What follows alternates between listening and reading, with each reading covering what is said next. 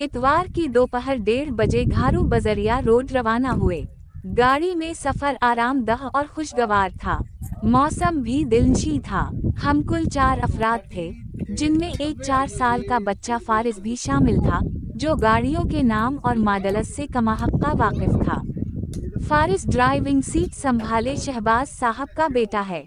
पीछे फर्रुख साहब और उनके भाई हारून विराजमान थे। मैं फ्रंट सीट पर था।